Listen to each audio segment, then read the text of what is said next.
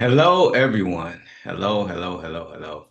So today I want to talk about tenant screening fraud. So before we get into our discussion about tenant screening and tenant screening fraud, you can share, like, put on your notifications. Um, if you enjoy the content that I am providing you today, hold on a second. Let me check something really quick.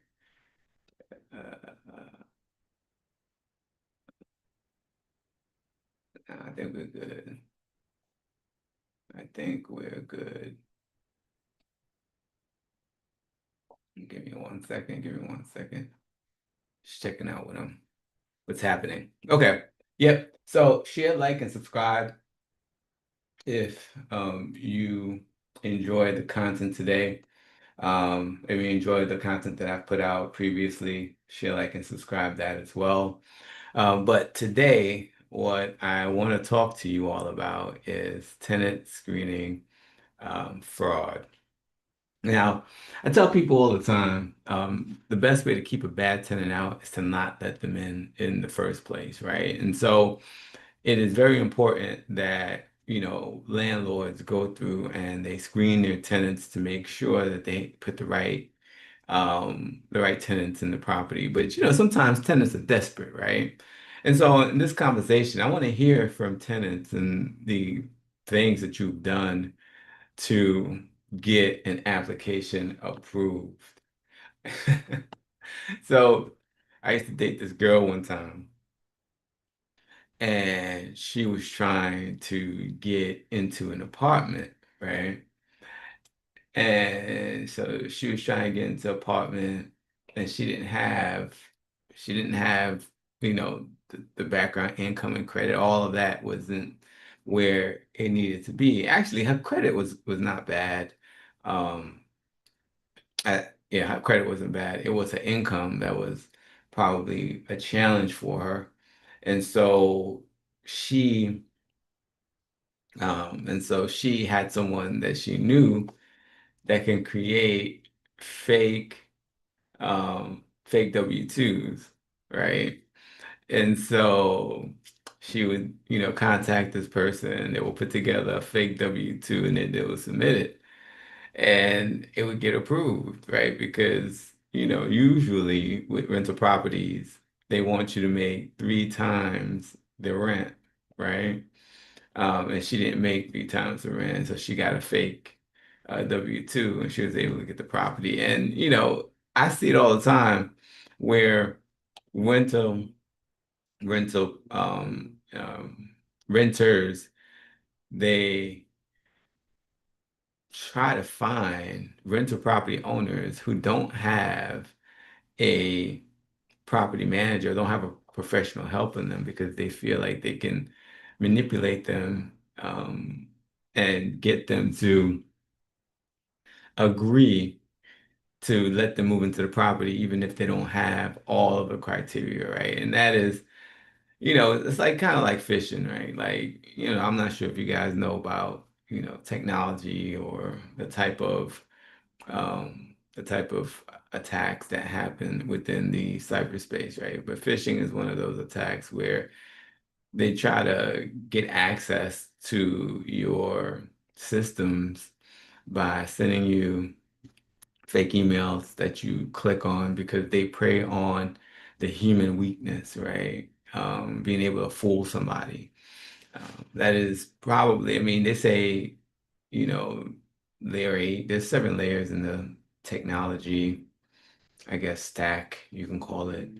And the eighth layer is the human layer, and that's probably what they call the weakest because it's more malleable, right? The system is zeros and ones, and this is getting to way too much geeky stuff. But that's not the point, right? The point that I'm trying to get to is um, there are a lot of renters who are going out there and seeking tenants or seeking rentals that they can't afford, that they don't have the background for. Their credit history is not good. And they know if they go and they try to get access to a property, or they try to rent a property out from a property manager or someone that's professional, that likely won't get approved. I just had a tenant yesterday who contacted me, and they were interested in one of our property, and they were trying to be honest. They were like, yeah, I had a eviction within, my record within the past year. I was like, yeah, but we can't do anything with that. Right. And they were like, oh, I wanted to know if you were an owner, because owners are usually um, more flexible, and they'll listen to your situation, they'll try to help you out. And so they're actually going out there and they are preying on owners who are inexperienced, not knowledgeable, are and owners who can be fooled into letting someone who's not a good tenant into the property. I've had situations where rental property owners, they come out and they say, I'll pay 2 months up front. I'll pay 3 months up front.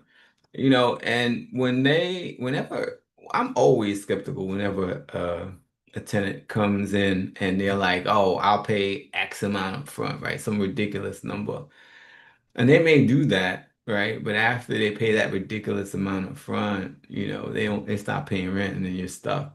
You're stuck with them, right? Then you have to go through the eviction process. Now, if someone came and said, hey, I'll pay the whole year's rent up front, that may be a different conversation, right? Because then, you're getting a whole year's rent. The lease is 1 year. Once the lease is done, the payments are done, then, you move them out. But outside of that, it's like, whenever they come try to throw a whole bunch of money in your face up front, it's probably because they don't have any money on the back end, and you're gonna get stuck with them, and you're gonna have issues getting them out in the future. And so you really don't want to deal with that issue, right? So today, what I want you all to call in. As a matter of fact, let me update the call-in number. I think I forgot to update that. So let me go ahead and update that in the description so that you can call in. But what I want you to do is I want you to call in and tell me about what you have done to get into a property. What slick tactics, or what what have you done to get into a property? What W-2s have you fake W-2s you've provided? And I don't know if there might be a law against that. I'm not even sure really, to provide fake W-2s to, I mean, tenant screening fraud. I don't even know if that's a thing. Um, but most definitely, there's a lot of owners who've fallen victim to that, and they've had issues um, with tenants not, paying their rent, or just ultimately just being bad tenants. Ultimately just being bad tenants and causing them a whole lot of um, pain and strife. You don't want you don't want to be dealing with that kind of issue ever, right? Like, you never want to deal with that kind of issue, because it just makes renting property so much more difficult. You lose a lot of money as a rental property owner. But on the other end of it, these people, it's desperate times. So they're doing desperate measures, right? So they are going out there, they're making fake leases.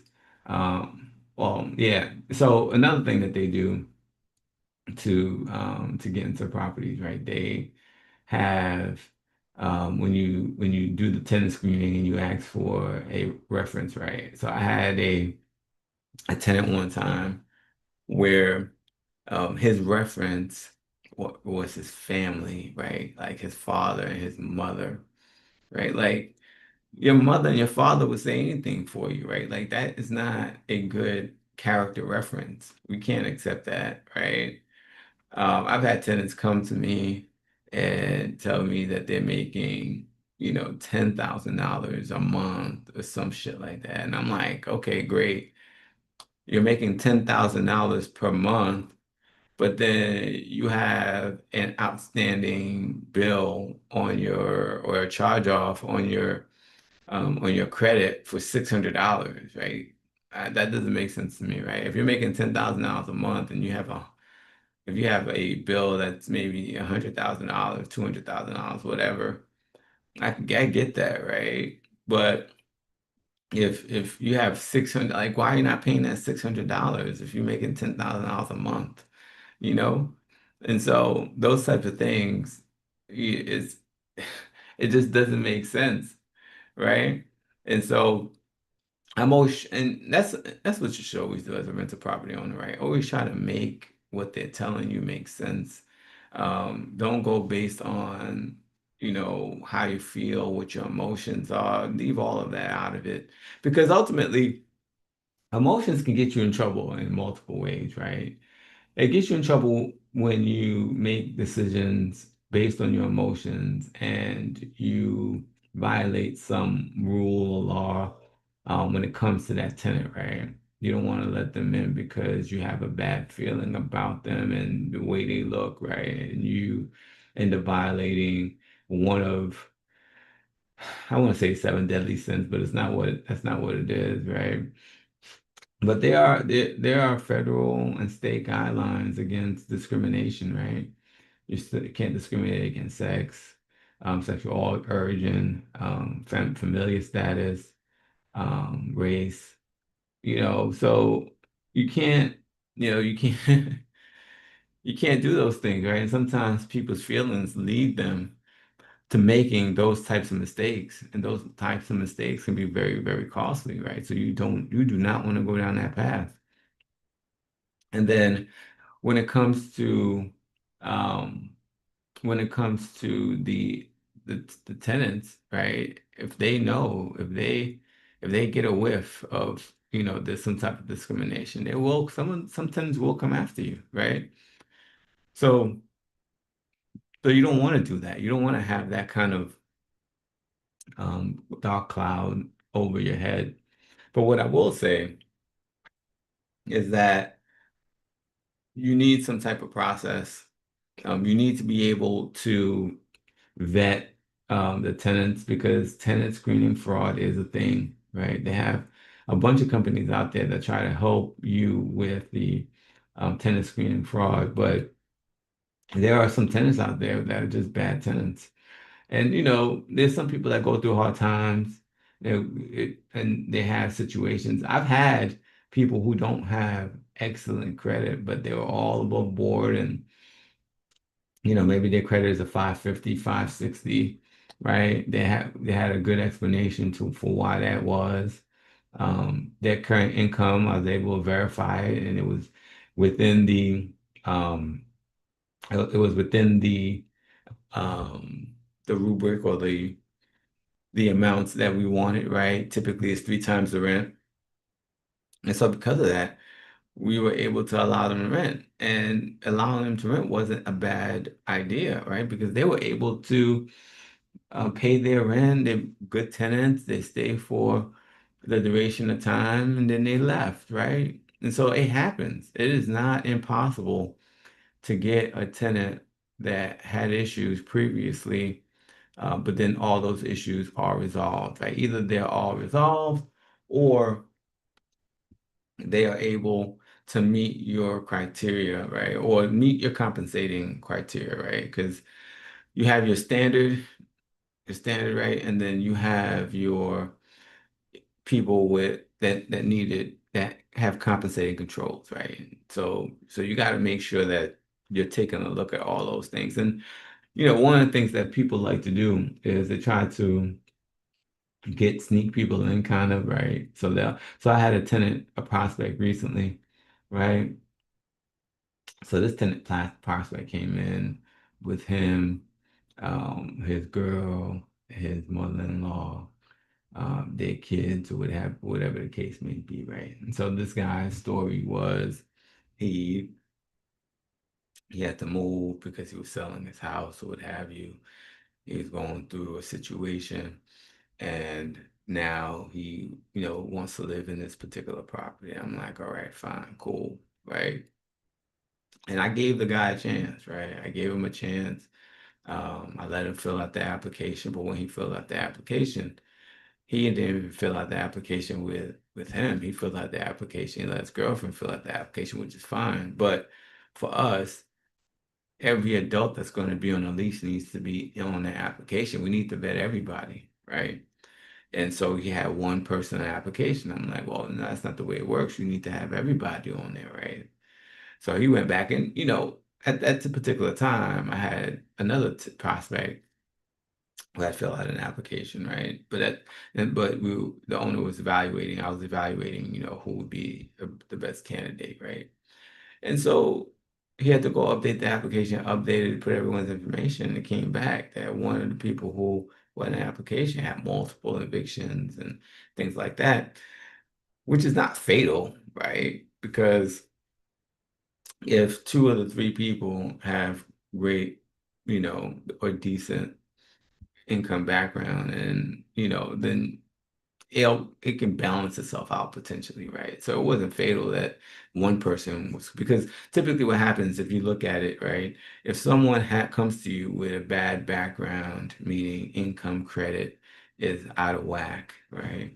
What you normally do, you have them get a cosigner, right? So if they have a cosigner, someone who's responsible, then you'd be able to kind of approve them because you have that cosigner, that strong applicant. So three people in the application, even if one, has the evictions and all that issues, they have, two other people and they're decent, then you may be able to manage that, right? But so the third person had terrible credit. One of them had bad credit, right? So that all of them were under 600, right? So it's like, okay. I'm like, all right, let's evaluate this or whatever have you, right? And then as you're evaluating, and then it's just like things start falling apart because it's like, okay, the the background credit is not good, right? Like, how do you proceed to try to move forward with this application, right?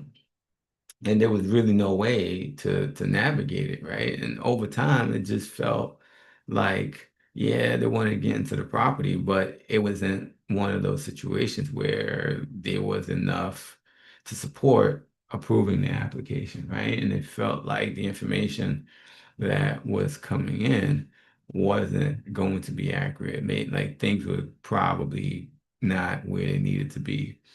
And so the owner ended up going with another applicant who had, quite frankly, better credit score, right? So, and there's nothing you can do about that, right? Like, you got to put your best foot forward. And to be honest with you, if your income credit is bad, when you submit your application, submit it with a cosigner off top, right? Like, if you submit your application with a cosigner that has a 700 credit score off top, even if they're not living there with you because your credit score is below, 600, you're likely going to get approved, right?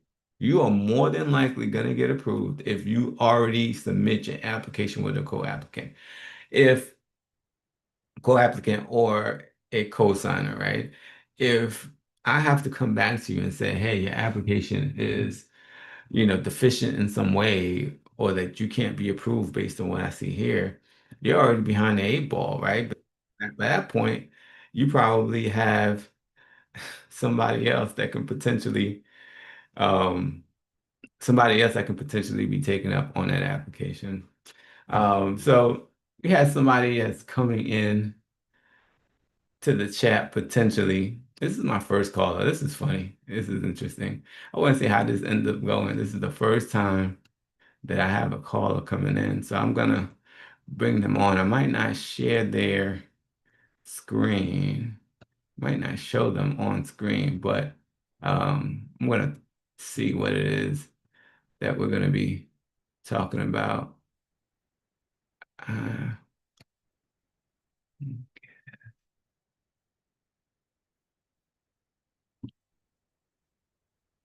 Hello, caller. Can you hear me?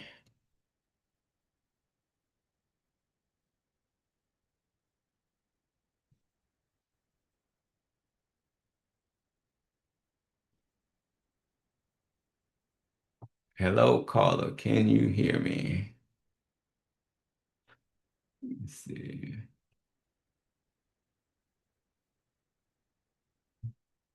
Um, well, I don't know if the caller can hear me or not, but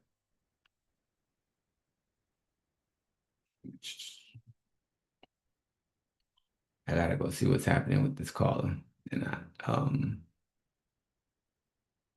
they're not responding, but I would love to have a conversation with someone who has had to fake a who has to fake some part of the application to get into a property, right? Whether that's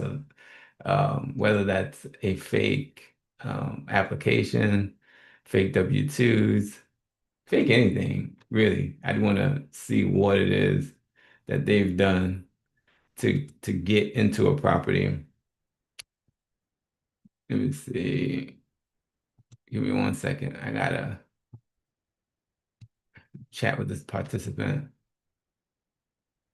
Is your name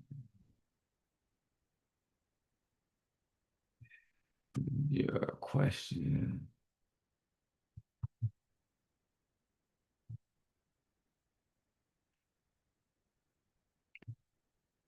Yeah, that's interesting. But anyway, as I was saying, right? Um, I mean, people are struggling, right? Like people, it depends. It doesn't matter when it is in life, right? There are always people that are going to struggle, right? There's never a time where there's 100% of everyone that's going to be doing good. There's always someone that's going to be down. People make poor decisions. People end up with poor outcomes.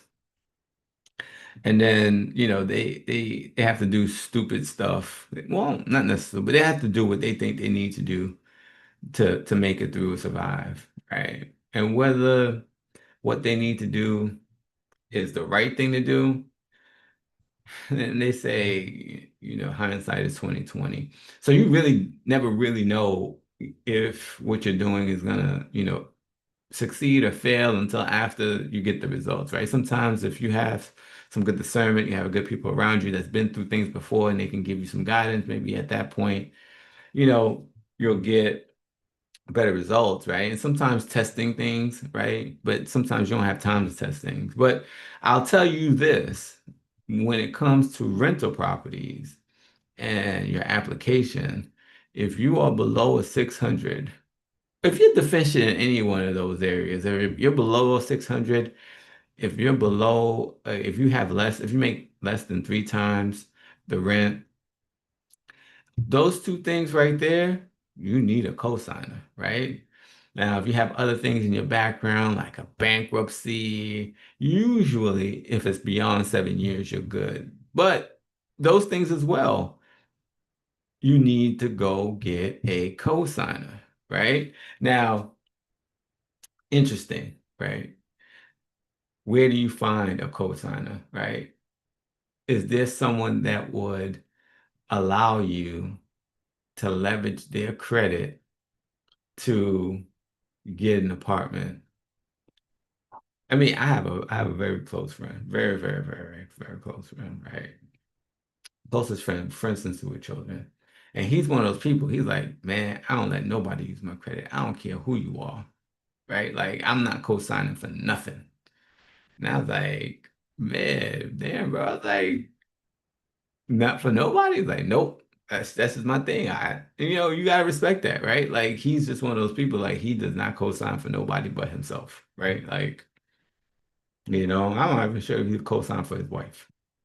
Maybe he will, I don't know, right? But the point is, like some people hold that sacred, right? And sometimes you got to figure something out. But the reality is, you can't go into the situations with these rental apartments thinking that you can just put anything out there and it's okay, right?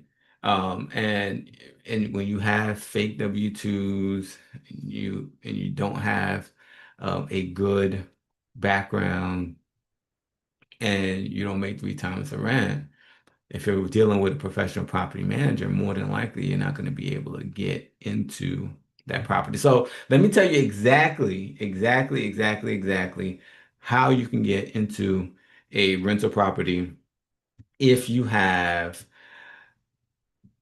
your income doesn't meet the criteria, right? If your income doesn't meet the criteria, your background is trash, right? And your credit is trash, right? Get a cosigner, period, right? That's the only way. Get a cosigner, period. And if you get a cosigner, right? Because what happens is when you get a cosigner, the strength of their background, income, and credit supports yours. It doesn't supersede yours, but it supports it, right? Because ultimately, the risk that the rental property owners is trying to protect against is not getting their rent, right? Or any of your past issues coming back to impact them, right? And if they have somebody else, then the hope is that person who gives you who co-signs for you, who refers you basically, right? Co-signs for you is going to take up the responsibility of making sure that you pay, right? It's going to take up, and if you don't pay, they're going to pay on your behalf, right? And so that's what they're banking on. And usually, most of the time, that's the case because I've had people who've co-signed for people and the people not paid. Like their mother have a, 800 credit score. These people have a 500 credit score. But then you contact their mother and then, they end up paying or the mother pays on their behalf, right? So that's the best way, right? And so, what I want to do today is I want to hear from you. I want to hear from the tenants who have gone through this process and they've created fake documentation to lease a property. I really want to hear from you, right? I want to hear from all the tenants who have who have tricked the system, gamed the system. Yeah, game is a better word, right? Who have gamed the system to get into a rental property, right? And you hear about the sovereign citizens.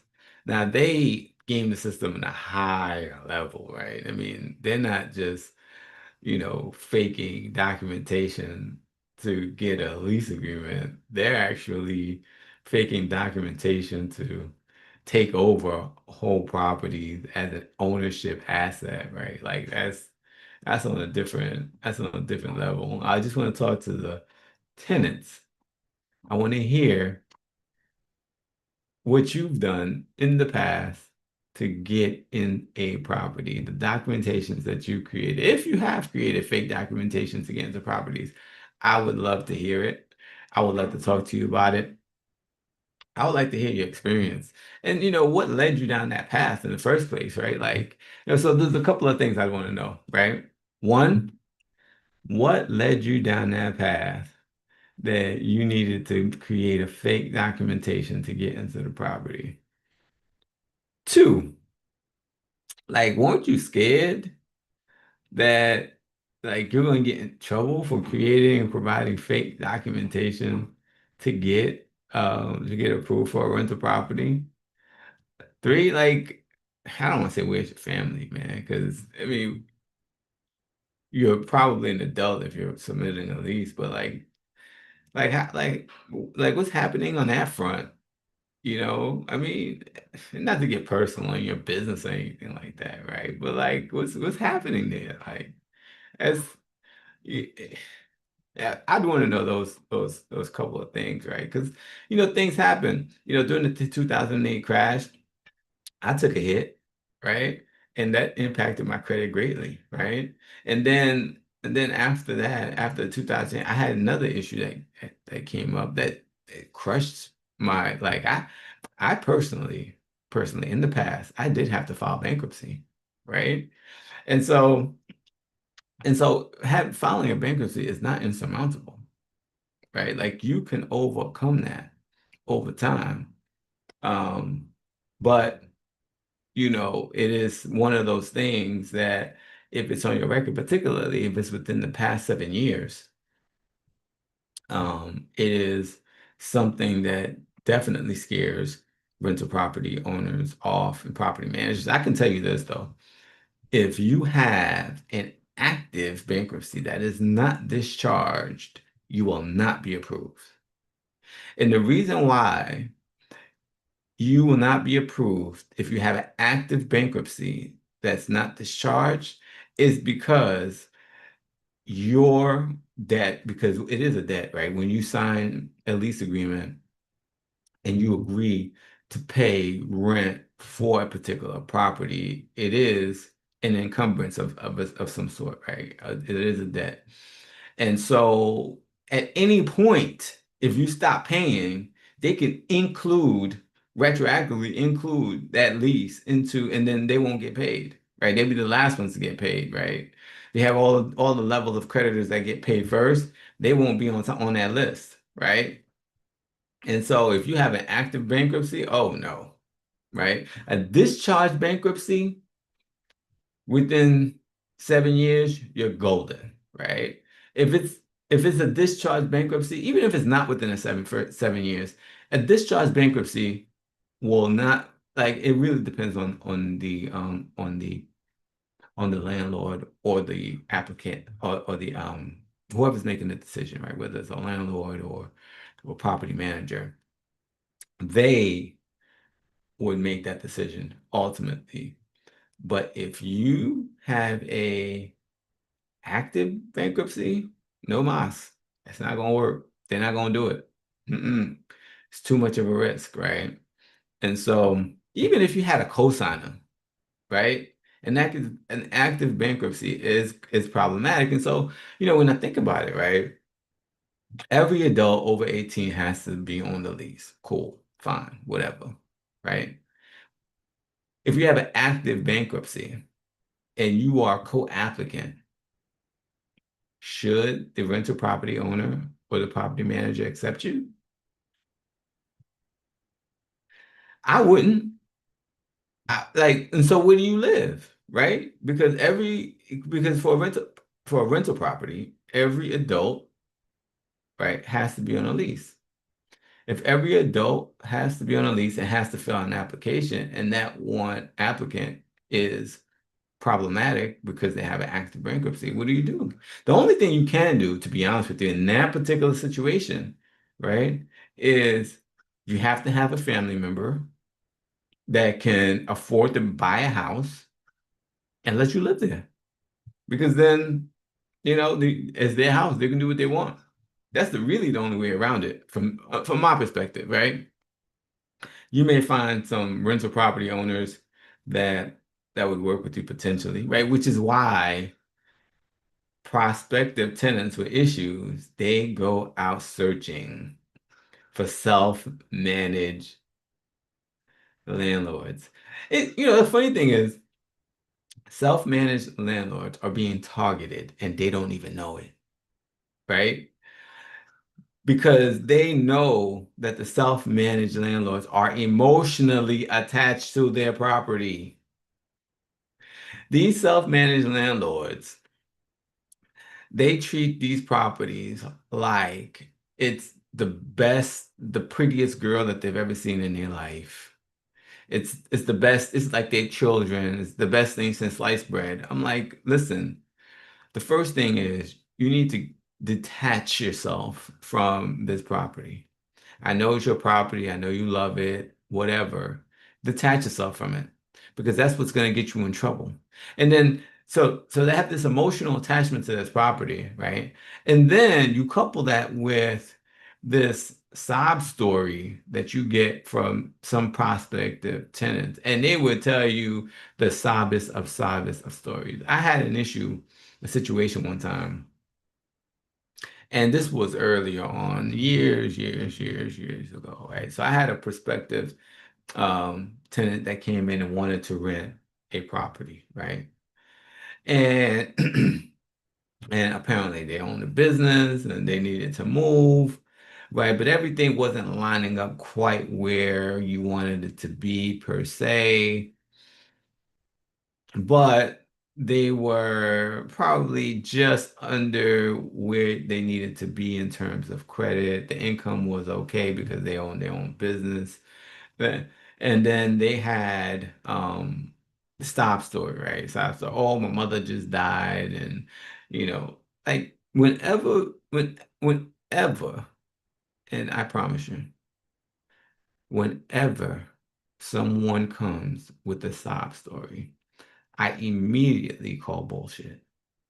I don't care whether their dog died. I don't care whether their mother died. I don't care whether their kid died. And I'm not trying to be harsh. Your kid, your mother, your dog is your problem, not mine. And I'm not trying to be mean. I'm not like empathy, sympathy. I am probably more apathetic, right? Like it's not personal, right? It's not personal, right? So for me, I'm just looking at it from a business perspective, right? What does your mother dying have to do with the business at hand today? It doesn't. It doesn't have anything to do with the business at hand today. What does your kid dying have to do for the business at hand today? It doesn't, right? But the reason why people pull those levers is because they feel as if that's going to make you make a decision that's not within your best interest because you feel bad for them. I don't. I don't know your mother. I don't know you. I don't care. It's not personal, right? It is not personal at all. I don't know you. I don't know your mother. I don't care, right? I've had a perspective, not even a perspective tenant. I manage what we call co-living spaces, right? And I manage it through a platform called Pad Split, right? And in Pad Split, um they have a limit of the amount of people that can be in one room, right? Which is two, right? And sometimes you have people who put whole families in there, right? They try to move in with their wife and their kids. And I'm like, listen, you can't move in there with your wife and your kids or your husband and your kids, right? Not because we don't want you, your wife, and your kids, but because we have a limit of two people per room. I don't care whether that's your wife, I don't care whether that's your kid, I don't care who's in there, but it's just two people, right? I don't care whether they're adult or child, only two people for a room. Response is, well, that's my kids. I don't give a fuck. Your kids don't mean anything to me. And I love kids. I work with charities that support kids. I used to run St. Jude marathons for kids with cancer, right? I'm on the children's charity that teaches kids how to speak second languages, Mandarin Chinese, Arabic, and Spanish. Shout out to Redefiners. I love kids. I want to have more kids. I love children. As a matter of fact, and you guys may think I'm crazy for this. You may think I'm crazy, right?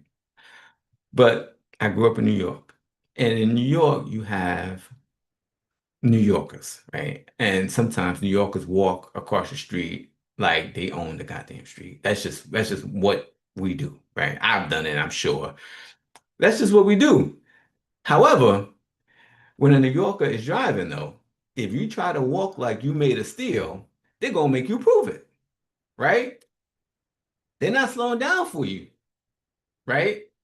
You might get hit. That's just what it is in New York.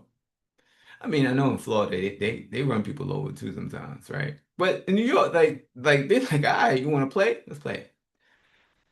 The only time that I slow down is if it's a child.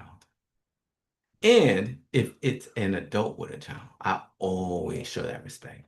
Because children are innocent, right? In my mind, right? And we can go down a whole path of asshole children and I was a child and I was a bad child, right? So, it is what it is. I survived some kind of way, right? Um, but, but at my core, when I was a child, I was innocent, right? And I see all children as being innocent. So I say that to say, I'm not saying when I say I don't care about your child, that I don't care about children, right? I don't care. I don't care. You telling me that you are living in the property, breaking my rules because you have your children. That's not an excuse for me. I don't care. Your child. I don't care about your child. I don't. I care about children generally, right? Because I want all children to be successful. I want them to grow. I want them to be healthy, right? And I'll protect them, right? Like I said, if you have a child with you, I will slow down, right? If I see a child, I'll slow down. If you're an adult, you may get hit. You like get out the way. Don't walk in the street like you own it. Like, but if you are a child or if you're with a child, I will slow down. A pregnant woman, I'll slow down, right? Like I believe pregnant women can do no wrong. That's just my philosophy, right? Like when a woman is with child, for me and my personal belief system, they can do no wrong. And that's not saying that they won't do wrong, but that they like that's not everybody's reality, right? Like for me, I cherish those times. I cherish those moments. I respect that space because creating life is something that is so precious, right? And we're going way beyond tenant screening right now, right? But my point, getting back to what I was saying, is that you cannot try to pull on my heartstrings because when I am looking at the business at hand, I don't care. That's your child. That's your problem. That's not mine. I don't care that your parents died or your mother died. That's your problem. That's not mine. Right? Like, don't come to me with that. Right? Come to me with a cosigner. Right? Now, if if I know you, right, and I know your character, right, and that's the thing you got to understand. Like when you're coming to people and you want to rent out their properties, they don't know you. They don't know your character. They're not responsible for your issues or the mistakes that you've made in the past. I'm not responsible, right? And I'm not responsible for the bad things that happen in your life, right?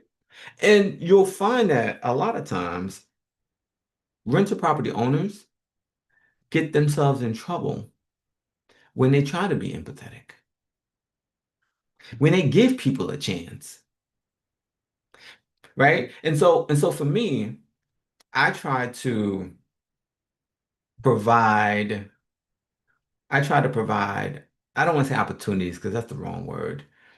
But what I try to do is I try to set up my infrastructure to protect what I'm doing, protect my properties from any issues, even if I'm able to give somebody a shot or an opportunity of some sort, right? And so, for example, there are programs out there that cover 3 months, 4 months of security deposit, right? If someone comes in and they are less than my criteria, right? They probably don't have 3 or 4 months of security deposits that they can put down, right? No, they don't, right? But if I can provide them a program that can cover 4 months of security deposits on their behalf, that reduces the risk for me. Then I can take the risk on you. So if you end up messing up, I'm still able to protect that owner with 4 months of security deposit, right?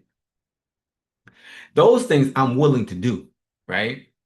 I am definitely willing to help out someone where I can, right? If I have a system or a process or a program in place that can protect the owner, protect the property while providing you an opportunity, I'll do that. But I'm not going in there with no protection, right? I'm not, I'm not putting, I'm not, with no compensating controls in place. You have bad income, bad credit, bad background, no compensating controls, and I'm gonna bring you in as if you got an 800 credit score. That's not happening because you're a child. I don't care. Because your parents died. I don't care. Like that's not my problem. That's a you problem, right? And I tell people this, right? I tell people I care, but I don't give a fuck, right? I try to do the best that I can. I have a good heart, right? And I help out where I can, right? Like I evaluate each situation where I'm providing, like I do a lot of philanthropic. I try to do a lot of philanthropic work. I try to give back a lot, right? So I care enough where I'm like, okay, I want to help people. Even sometimes where I'm not in a position to help people in the way that I want, but I still want to be out there. But just because I want to help people doesn't mean I'm going to put myself in a bad situation when I see that it's a bad situation or what a negative consequences to come from it. And whenever people lead with death or kids, to me, that's just an excuse, right? And it may not be. It may not be for them. For them, that's their reality, right? And that's fine. But I don't have to accept your reality. I don't have to adopt your reality. I don't have to do anything but be me, right? And that's the thing. Like, I think that's the difference too, right? When people think you have to do certain things because of what happened wrong in their life, that's where there's a disconnect for me, right? Your mom died, your kid died, whatever. That's not my problem, right? And so I don't have to do anything other than what I agree to do, right? And if you get that concept and you come forward with, okay, my credit, my income, and my background are not where they need to be. If I apply with a cosigner, can I get this property? Yeah, potentially, right? If everything is all messed up and you have no other choice, you need to go get a family member or someone to buy a property and put you in there. Get a friend or something. Buy a property and put you in there. I had someone one time who came to me and was like, "Hey, Roland, I know you invest in real estate." And I'll talk about this story another time because this is a completely different topic, right? But I actually bought a property and I put someone in it because they asked me to, right? So that's my timer telling me my time's up. All right. So listen, the moral of the story is that if you have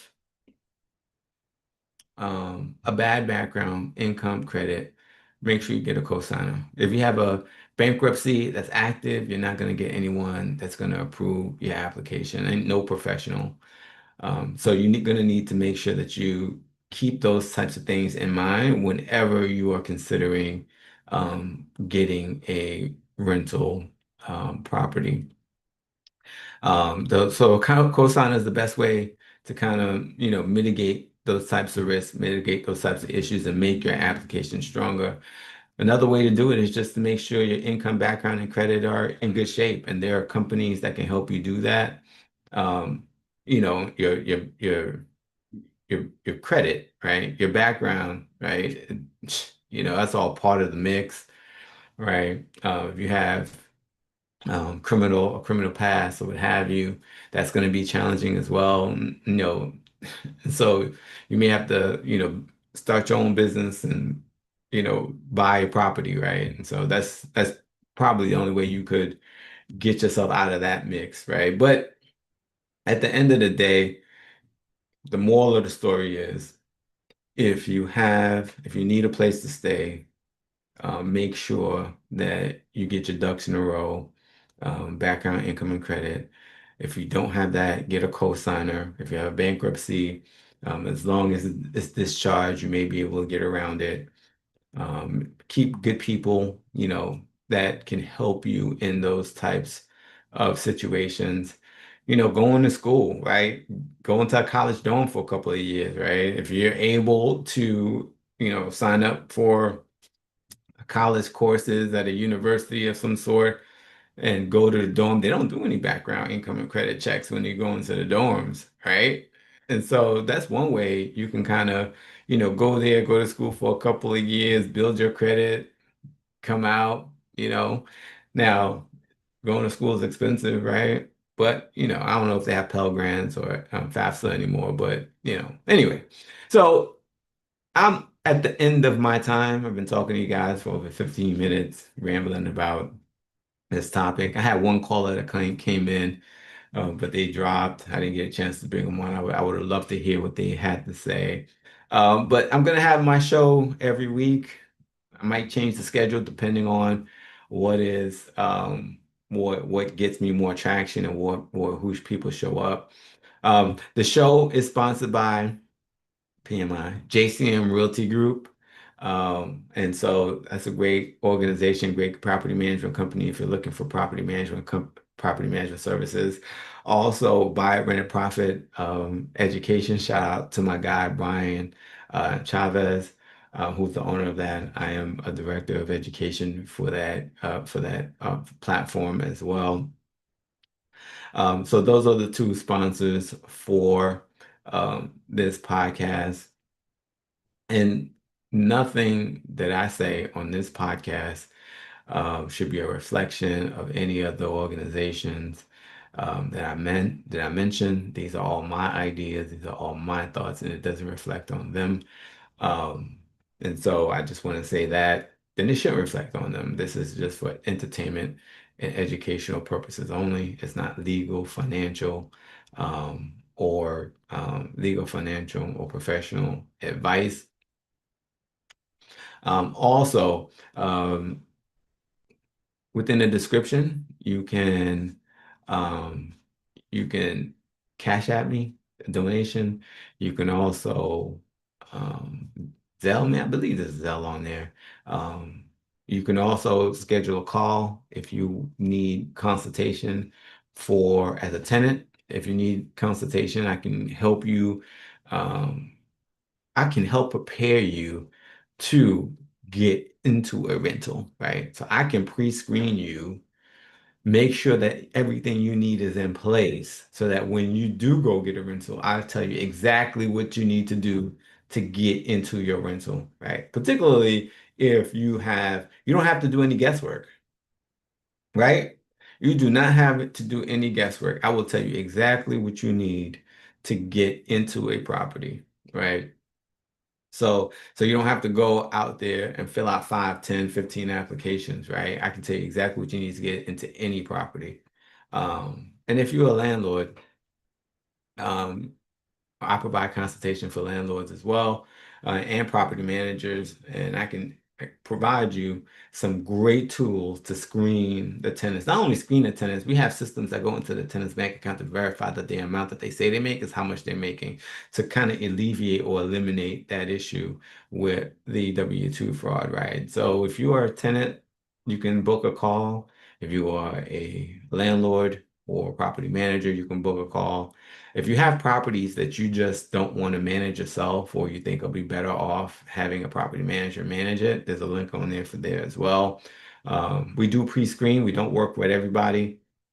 So, provide your information and we'll review it to see if you're a good fit, right? Because we manage properties from an asset management perspective. So we do things like we look at your hard costs, your taxes, your mortgage, and your insurance, right? So we do that. But not only do we do that, but we also provide capital to rehab and repair your property, right? So if you don't have the money and your property is in bad shape or hot water heating needs to be replaced, AC unit needs to be replaced, most property management companies or owners don't have any reserves, and so they need funding for that. We can provide the funding and we get the money back through the rents over time. So the money doesn't have to come out of your pocket and the property is paying for itself. And in many cases, it's no interest for the funds. I mean, and so there's no background income or credit check required. It's not a DSCR loan. It's not through a bank. It's really, really, really flexible funding. It's really landlord focused, property management focused funding, right? And like I said, in many cases, you can get the funds with no interest at all. Like you're not going to find that anywhere, right? And so that is something that's very valuable that owners can take advantage of, right? So if you need funding for contact me. I'll be able to help you with that. So we don't provide any type of purchasing loans. We're not a lender in any sense of the imagination, but we do have a joint venture partnership where we can have funds deployed to your account and to get, your property repaired and fixed if necessary. Another thing that we do is we pay for evictions for any tenants that we place. So if we place a tenant, we pay for evictions. And if a tenant doesn't stay for at least 6 months, we'll put a new tenant in your property for free. And we guarantee that we'll get a tenant in your property within 30 days. And then we put all the other, and then we guarantee the rent if the tenant doesn't pay, right? So we have a lot of controls that we put in place to protect your property, protect your income. And I tell people this a lot, and I don't know if they listen, but rental properties is not an expense fee business, right? You're going to have an L in your P&L, right? Your profit and loss. You're going to have losses. You're going to have expenses, right? But people think that there is expenses. You have to pay them, right? You just got to make more than what you're losing, right? And so making sure that you do that is what's going to provide you with the revenue and income that you want. Other people want passive income. Rental properties are not passive, right? If you're doing all the work yourself, rental properties are not passive. So you need to make sure you understand that you're going to have to do work. It may be less work depending on the property, right? It may be less work depending on the tenant, but there's always work, right? And so if you want passive income, you want that mailbox money, you want that residual income, you need to make sure you look for someone to do the work for you as a property manager. And like I said, this is not financial or legal or professional advice, but property management services are tax deductible. The government provides incentives for things that they want you to do, right? They want people to own properties. And if you have a rental property, you're providing a service to America. That service that you're providing homes to America, they want you to do that. The government wants you to do that. And so because of that, they let you deduct the cost, your expenses, before they start taxing you. So if you have a property manager that's going to be helping you with their ideas, with their tools, with their resources to make your life easier, and the government is going to give you a tax deduction for that, why wouldn't you do that? Duh. Don't be stupid. Use your tax deductions. I, I use every tax deduction that I can because it's there, right?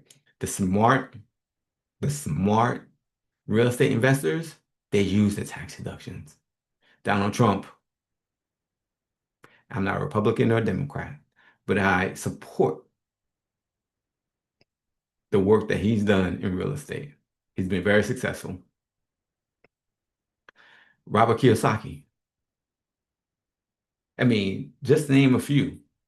And they have many more than them. People you don't even know that take advantage of the tax code to make a good return on their investment, particularly when it comes to real estate. Anyway, I'm off my soapbox. Let me go ahead and get out of here. Thank you all for joining. Until next time.